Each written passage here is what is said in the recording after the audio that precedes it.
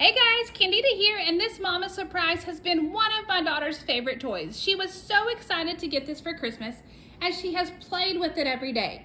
So in the Mama Surprise itself is going to be the mama. It's going to have the grass. It has some lettuce here for the mama to eat, as well as a comb. Now what you want to do to have the mama actually have a baby is you want to feed her and love her. And when she's ready, she's going to make noise, so you can put her in her little house here, and the heart lights up. That's how you know that mama is ready to have babies. Now the Mama Surprise actually comes with 3 babies, and they are actually going to be up top. And so how it works is, when it's time for the mama to have a baby, one of these babies with a little gift is going to drop down. And that's so you can set a timer for every 15 minutes, or if you want it to be longer, you can set a longer timer. That way there's delayed gratification as far as the babies go.